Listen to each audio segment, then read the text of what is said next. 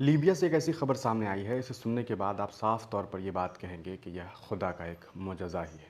मामला ये है कि आप जानते हैं कि बकरीद से पहले तमाम मुल्कों से लोग जो है हज के लिए सऊदी अरब जाते हैं। ऐसे में लीबिया से हज के लिए सऊदी अरब के लिए आमिर अपने घर से रवाना होते हैं और एयरपोर्ट पहुंचते हैं। आमिर जब हज के लिए रवाना होने की कोशिश करते हैं तब देखते हैं कि वहाँ पर प्लेन में बैठने के लिए तमाम लोगों का नाम लिया जा रहा है। जब आमिर का नाम आता है तो उन्हें किनारे खड़ा किया जाता है और तमाम लोगों को धीरे धीरे करके प्लेन में बिठाया जाता है। आमिर पूछते हैं क्या मामला है, बताया जाता है कि आपके डॉक्यूमेंटेशन में कुछ कमी है। पता चलता है कि आमिर का नाम जो है उसमें अल गद्दाफ़ी भी लिखा हुआ है और इसकी वजह से उनके डॉक्यूमेंटेशन को नए सिरे से चेक करने की ज़रूरत होगी। तब तक ताख़ीर हो जाती है और प्लेन जो है वहाँ से रवाना हो जाता है। इधर आमिर थोड़े परेशान होते हैं कि भाई मुझे हज के लिए जाना था, लेकिन मुझे छोड़ कर के ये तमाम लोग जो हैं अब वो चले गए।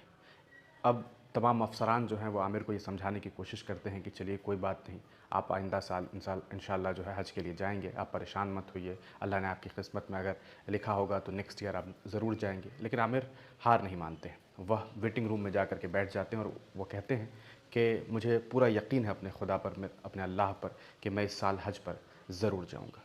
तभी कुछ ही देर के बाद ये खबर सामने आती है कि जो प्लेन आमिर को छोड़ करके रवाना हुआ उसमें कुछ टेक्निकल प्रॉब्लम हो गया। टेक्निकल प्रॉब्लम की वजह से वह प्लेन वापस आता है और आने के बाद वहाँ पर दोबारा जो है उसकी चेकिंग शुरू होती है। सब कुछ ठीक ठाक करने के बाद इधर आमिर खुश हो जाते हैं कि चलो प्लेन आ गया है, मुझे भी लेकर के जो है ये लोग जाएंगे। पायलट लेकिन उसके बावजूद इनकार कर देता है। वो कहता है कि हम प्लेन दोबारा नहीं खोलेंगे, हम किसी भी व्यक्ति को दोबारा नहीं बिठाएंगे, और वह प्लेन फिर रवाना हो जाता है। लेकिन कहते हैं कि जिसकी किस्मत में जो चीज़ लिखी हो उसे कोई टाल नहीं सकता। आप तमाम कोशिशें कर सकते हैं, आप कुछ भी कर लीजिए, लेकिन अगर अल्लाह ने आपकी किस्मत में कोई चीज़ लिख दी है तो फिर आप उसे रोक नहीं सकते।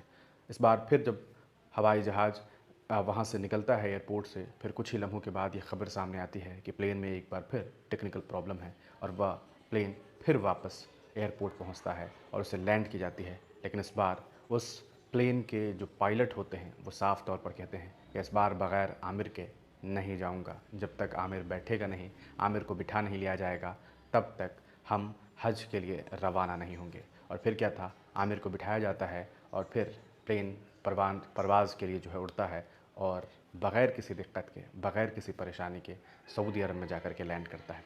इस मामले को लेकर के बहुत सारी रिपोर्ट्स सामने आ रही है और लोग ये कह रहे हैं कि ये सीधे तौर पर खुदा का मुजज़ा है। यकीनी तौर पर यह बात कही जा सकती है कि हज इस्लाम में कितना मायने रखता है। अल्लाह की नज़र में हज की क्या कद्र है, यह आप बखूबी जानते हैं। इस्लाम में जो 5 अहम चीज़ें हैं उनमें हज का एक अपना बड़ा मकाम है, और हज करने के लिए जब मुसलमान जाता है तब यह सोच करके जाता है कि वह अपने खुदा से और भी करीब होने के लिए जा रहा है। आमिर की ये कहानी यह बताती है कि अगर आपके अंदर यकीन होगा अपने खुदा, अपने रब पर, अपने अल्लाह पर, तो अल्लाह आपके लिए रास्ते निकाल देंगे। आमिर को रोकने की तमाम कोशिशें की गई, लेकिन प्लेन था कि उड़ नहीं पा रहा था। रास्ते में मसले मसाइल हो रहे थे, मजबूरन पायलट को वापस आना पड़ रहा था। लेकिन अंततः जब उसी आमिर को उसी प्लेन में बिठाया गया तो प्लेन बग़ैर किसी प्रॉब्लम के, बग़ैर किसी समस्या के उड़ गया। अब लोग इसे सीधे तौर पर खुदाई मुजज़ा समझ रहे हैं। लोग ये कह रहे हैं कि ये मुजज़ा है अल्लाह पाक का, यह मुजज़ा है उस इंसान के लिए